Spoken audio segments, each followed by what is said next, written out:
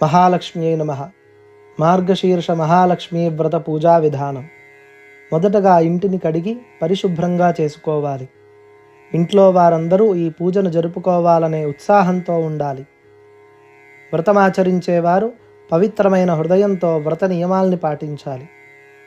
ఈ వ్రతాన్ని మార్గశిర మాసంలో వచ్చే మొదటి గురువారం రోజు ప్రారంభించి అలాగే ఆఖరి గురువారం రోజు ఉద్యాపన చేయాలి. పీటకి పసుపు రాసి చుట్టూ 8 బొట్లు పెట్టి మధ్యలో అందంగా ముగ్గు పెట్టి ఆ పైన లక్ష్మీ అమ్మవారి ప్రతిమ కానీ పటం కానీ పెట్టి మధ్యన గుప్పెడు బియ్యం వేయాలి. ఆ బియ్యం పైన ఒక రాగి చెంబు పెట్టి అందులో నీళ్లు పోసి చిటికెడు పసుపు కుంకుమ వేసి అందులో మంచిముత్యం, పగడం, రాగి రుక్మము, పోకచెక్క, దర్భగడ్డి, బంగారం వేయాలి. మీకు దగ్గరలో ఫలాలు ఇచ్చేటువంటి చెట్టు కొమ్మలు 5 రకాల కొమ్మలు అనగా మామిడి, జామ, సీతాఫలం, నారింజ, పనస కొమ్మలను రాగి చెంబులో వెయ్యాలి. ఒక కొబ్బరికాయకు పసుపు రాసి బొట్టు పెట్టి రాగి చెంబు మధ్యలో ఉంచాలి. లక్ష్మీదేవికి గురువారం ఉదయం, సాయంత్రం, శుక్రవారం ఉదయం నేతి దీపారాధన చెయ్యాలి.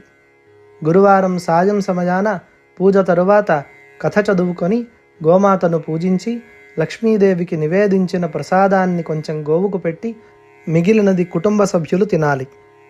శ్రీ మహాలక్ష్మీ వ్రతం ఆచరించేవారు గురువారం ఉపవాస దీక్షలో ఉండాలి. పాలు పళ్ళు మాత్రమే తీసుకొని సాయంత్రం పూజ తరువాత భోజనం చెయ్యాలి. ఈ వ్రతమాచరించే స్త్రీకి ఆటంకం కలిగినట్లయితే వేరే వారి చేతనైనా చేయించాలి, కానీ ఎట్టి పరిస్థితుల్లోనూ ఆపకూడదు. మార్గశిరమాస గురువారం ఉదయం, సాయంత్రం వ్రతకథ చదువుకొని శుక్రవారం కూడా వ్రతకథ చదువుకొని కలశాన్ని తీసి కొమ్మలను తీసి రాగి చెంబులోని మంచిముత్యం, పగడం, బంగారం, కొబ్బరికాయను తీసి జాగ్రత్తగా పెట్టి కొమ్మలను రాగి చెంబులోని నీటిని నదిలో కలపాలి. కొబ్బరికాయ, మంచిముత్యం, పగడం, బంగారం, బియ్యం మరుసటి వారానికి ఉపయోగించాలి.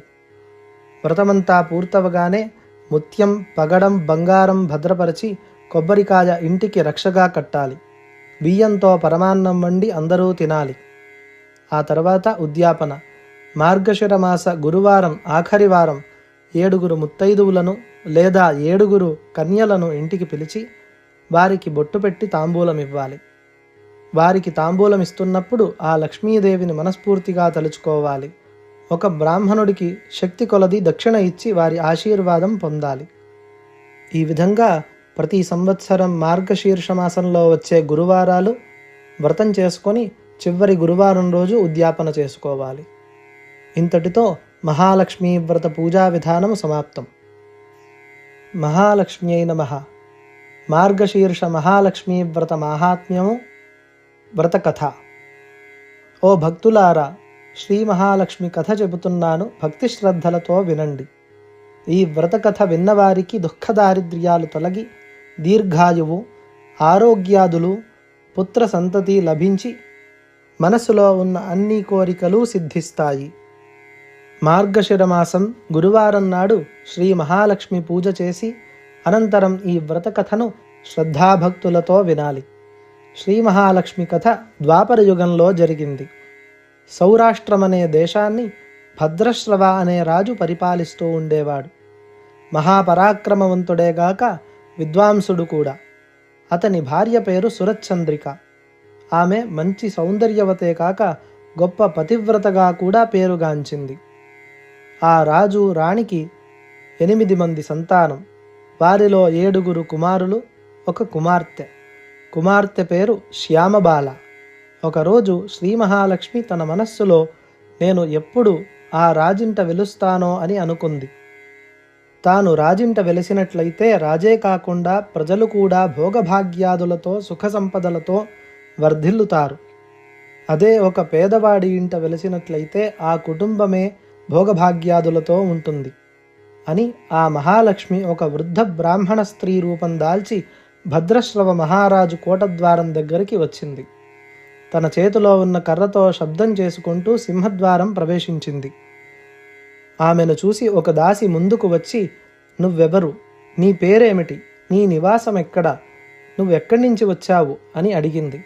అప్పుడు ఆ వృద్ధ బ్రాహ్మణ స్త్రీ రూపంలో ఉన్న మహాలక్ష్మి ఆ దాసిని చూస్తూ, అమ్మా, నా పేరు కమల, నా భర్త పేరు భువనేశ్వరుడు, నేను ద్వారకలో నివాసం ఉంటాను.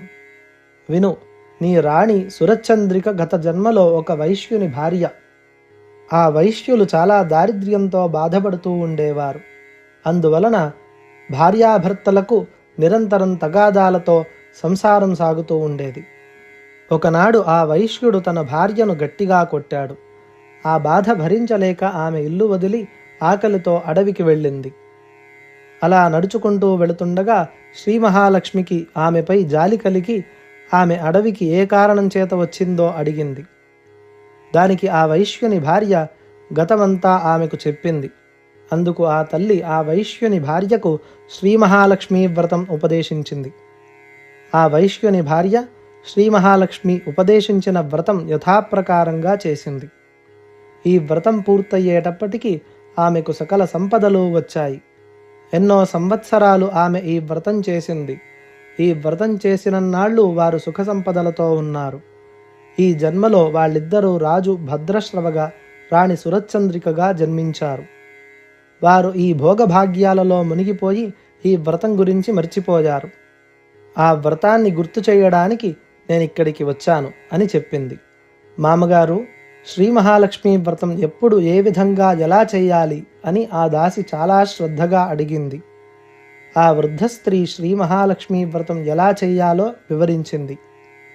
మార్గశిర మాసం మొదటి లక్ష్మీవారం నుండి శ్రీ లక్ష్మీనారాయణుణ్ణి పూజించి మంచిగా ఉడికిన అన్నాన్ని నైవేద్యం పెట్టి, ఓ మహాలక్ష్మి తల్లి, ఈరోజు నా యథాశక్తితో పూజ చేస్తున్నాను, నన్ను అనుగ్రహించు అని ఈ విధంగా లక్ష్మీదేవిని ప్రార్థించి నైవేద్యం పెట్టిన ప్రసాదం కొంచెం బ్రాహ్మణుడికి పెట్టి మిగిలినది కుటుంబ సభ్యులు తినాలి. మార్గశిర మాసం గురువారం ఈ ప్రకారం పూజ చెయ్యాలి. ఆఖరి వారం బ్రాహ్మణుడి చేత వ్రతం చెప్పించుకొని దక్షిణ తాంబూలం ఇవ్వాలి అని వ్రత విధానాన్ని తెలిపింది. అప్పుడు ఆ దాసి, మామగారు, నా వల్ల మీకు చాలా ఆలస్యమైంది అంటూ ఆ వృద్ధ స్త్రీకి సాష్టాంగ నమస్కారం చేసి, మామగారు, నేను వెళ్ళి రాణిగారిని తీసుకొని వస్తానని ఆ దాసి సురచంద్రిక వద్దకు వెళ్ళింది. సురచంద్రికతో ఆ దాసి వృద్ధ స్త్రీ చెప్పిన పూర్వజన్మ వృత్తాంతం చెప్పింది. ఆ మాటలు విన్న సురచంద్రిక, ఓ ముసలిది నాకు చెప్పడమేమిటి అని కోపంతో అంతఃపురం నుండి బయటకు వచ్చింది. ఐశ్వర్యంతో భోగభాగ్యాలలో మునిగిన ఆమె గర్వంతో బ్రాహ్మణ స్త్రీ వద్దకు వచ్చి చాలా కోపంతో, అమ్మా, గత జన్మలో వృత్తాంతమంతా ఇప్పుడు జ్ఞాపకం చేస్తున్నావు, ఇక్కడి నుండి వెళ్ళిపో అని చేతిలో కర్రను లాక్కొని కాలితో తన్ని అవమానపరిచింది. దానికి ఆ స్త్రీ, ఓ దుష్టుల్లారా, మీరు దేని గురించి ఇంత గర్వంతో మిడిసిపడుతున్నారు అని ఆ వృద్ధ స్త్రీ గట్టిగా గర్జించింది. నీవు నన్ను పొమ్మని చెప్పేదేమిటి? నీ ముందే నేను వెళ్ళిపోతున్నాను. నువ్వు నన్ను అవమానించావు. నేను వెళ్ళిన వెంటనే నీకు తెలిసి వస్తుంది అని అన్నది. అప్పుడు సురచంద్రిక, నువ్వు నన్ను శపించడానికి నువ్వేమైనా లక్ష్మీదేవి అని అనుకుంటున్నావా అని అన్నది కోపంతో. ఆ వృద్ధ స్త్రీ చేతిలో కర్ర తీసుకుని అవతలికి తోసింది. లక్ష్మీదేవి లేచి నిలబడి కుంటుకుంటూ మూలుగుతూ వెళ్ళిపోయింది. దారిలో వెళుతుండగా శ్యామబాల నిలబడి ఉంది. మామగారు, ఏమైంది మీకు అని అడిగింది. దానికి లక్ష్మీదేవి రాజకోట వద్ద జరిగినదంతా ఆ రాజకుమారికి వివరించింది. మామగారు, జరిగిన దానికి నేను క్షమాపణ కోరుతున్నాను అని రెండు చేతులు జోడించి ఆవేశంతో అడిగింది. ఆమెపై లక్ష్మీదేవికి దయ కలిగింది. శ్యామబాలకు శ్రీ మహాలక్ష్మి వ్రతం గురించి చెప్పింది. వ్రత విధానం చెప్పిన రోజే మార్గశిర మాసం మొదటి గురువారం. శ్యామబాల చాలా భక్తి శ్రద్ధలతో ఆ వ్రతం చేసింది. సిద్ధేశ్వరుడనే రాజుకు మాలాధర అనే కొడుకు ఉన్నాడు. శ్యామబాలకు మాలాధరకు వివాహమయ్యింది. శ్యామబాల తన భర్తతో రాజవైభవంతో సిరి సంపదలతో తొలుతూగుతోంది. లక్ష్మీదేవి కోపగించి వెళ్లడంతో భద్రశ్రవరాజు సిరి సంపదలంతా పోయి వారికి దారిద్ర్యం పట్టుకుంది. పూటకి తిండి లేక, ఒంటికి బట్టలేక చాలా దారిద్ర్యంతో బాధపడుతున్నాడు. ఒకరోజు సురచంద్రిక ఆమె భర్తతో, స్వామి, దారిద్ర్యం వల్ల బ్రతకడం కష్టంగా ఉంది. మన అల్లుడు మాలాధరుడు రాజుగా ఉన్నాడు కదా, మీరు వెళ్ళి మన పరిస్థితి చెప్పండి. అతనికి తోచింది ఇస్తే తీసుకుని రండి అన్న సురచంద్రిక మాటలు భద్రశ్రవకు కూడా నచ్చాయి. అతడు అల్లుడి రాజ్యానికి పయనమయ్యాడు. అతడు దారిలో ఒక నది ఒడ్డున ఆగి విశ్రాంతి తీసుకుంటున్నాడు. నీళ్లు తీసుకోవడానికి వచ్చిన శ్యామబాల దాసీలకు భద్రశ్రవ కనిపించాడు. ఆ దాసికి అతని ముఖం చూస్తే రాజులాగా, వేషం చూస్తే బికారిలాగా కనిపించి, మీరు ఎవరు, ఎక్కడి నుంచి వచ్చారు అని అడిగింది. దానికి అతడు, ఒకప్పుడు నేను సౌరాష్ట్ర దేశపు రాజును, భద్రశ్రవుణ్ణి అని చాలా కష్టంతో అన్నాడు. నేను భద్రశ్రవ రాజుని, ఇప్పుడు బికారిగా అయిపోయాను అని కష్టం మీద చెప్పాడు. అయ్యో భద్రవంతుడా, ఇతడు మా శ్యామబాల రాణిగారి తండ్రి అని పరుగు పరుగున వెళ్ళి శ్యామబాలకు చెప్పింది. శ్యామబాల దాసీతో వస్త్రాలు, నగలు, ఒక గుర్రం ఇచ్చి తన తండ్రిని సకల మర్యాదలతో తీసుకురమ్మని ఆజ్ఞ ఇచ్చింది. శ్యామబాల తన తండ్రికి పంచభక్ష్య పరమాన్నాలతో భోజనం పెట్టింది. సకల మర్యాదలు చేసింది. తండ్రి వెళ్ళేటప్పుడు ఒక బిందె నిండా ధనం ఇచ్చింది. ఆ రాజు ఆ బిందె నిండా ధనం తీసుకుని తన దేశం వచ్చేశాడు. ఇదిగో నీ కుమార్తె బిందె నిండా ధనం ఇచ్చిందని సురచంద్రికను పిలిచాడు. ఆమె ఆ బిందె మూత తీసి తొంగి చూసింది. సురచంద్రిక ముఖం నల్లబడింది. బిందెలోని ధనమంతా బొగ్గులుగా మారిపోయినాయి. లక్ష్మీదేవి కోపం వల్ల అలా జరిగింది. కొన్ని రోజుల తర్వాత సురచంద్రిక తన కూతురు ఇంటికి వెళ్ళింది. ఆ రోజు మార్గశిర మాసంలో 3వ గురువారం అయిపోయి 4వ గురువారం శ్యామబాల ప్రతి గురువారం ఏ విధంగా పూజ చేసిందో ఆ గురువారం కూడా అదే విధంగా పూజ చేసింది. తన తల్లిని ఎంతో బ్రతిమలాడి ఆమె చేత కూడా ఈ వ్రతం చేయించింది. వ్రతమయ్యాక తిరిగి తల్లిని పంపించింది. సురచంద్రిక తన రాజ్యానికి వచ్చేటప్పటికి ఆమెకు పోయిన ఐశ్వర్యమంతా తిరిగి వచ్చింది. లక్ష్మీ వ్రతం చేయడం వల్ల అలా జరిగింది. ఎన్నో రోజుల తర్వాత శ్యామబాల తన పుట్టింటికి వచ్చింది. తన కూతురు తండ్రికి ధనానికి బదులు బొగ్గులు ఇచ్చిందనే విషయాన్ని గుర్తుపెట్టుకొని కష్టాల్లో ఉన్నప్పుడు ఏమీ ఇవ్వలేదనే కోపంతో శ్యామబాలను ఎలా ఉన్నావని ఎవరూ అడగలేదు. అందుకు ఆమెకు అవమానమైంది. శ్యామబాల తన తల్లిపై కోపగించకుండా పుట్టింటి నుండి చిటికెడు ఉప్పు తీసుకొని వెళ్ళింది. నీ పుట్టింటి దగ్గర నుంచి ఏమి తీసుకొచ్చావని మాలాధరుడు అడిగితే రాజ్యసారం తీసుకువచ్చానని నవ్వుతూ చెప్పింది. మాలాధరుడు ఏది, ఎక్కడుంది రాజ్యసారం అని అడిగాడు. ఆగండి, కంగారు పడకండి అంది. ఆ రోజు ఆమె ఏ పదార్థం వండినా అందులో ఉప్పు లేకుండా తయారు చేయించింది. మాలాధరుడు భోజనానికి కూర్చున్నాడు. ఉప్పు లేకుండా చప్పగా అతనికి తినబుద్ధి కావడం లేదు. ఆమె కంచంలోని పదార్థంలో కాస్త ఉప్పు వేసింది. పదార్థంలో ఉప్పు వేయడంతో ఎంతో రుచి వచ్చింది. ఇదే నేను పుట్టింటి నుండి తీసుకువచ్చిన రాజ్యసారమని భర్తకి చెప్పింది. శ్యామబాల భర్తకు ఆ మాట నచ్చింది. ఆ ఇద్దరు ఎంతో సంతోషంతో భోజనం చేశారు. ఈ విధంగా లక్ష్మీ వ్రతం చేసుకున్న వారికి లక్ష్మీదేవి కటాక్షిస్తుంది. ఈ వ్రతం చేసిన వారికి సుఖ వైభవం, మనశ్శాంతి లభిస్తుంది.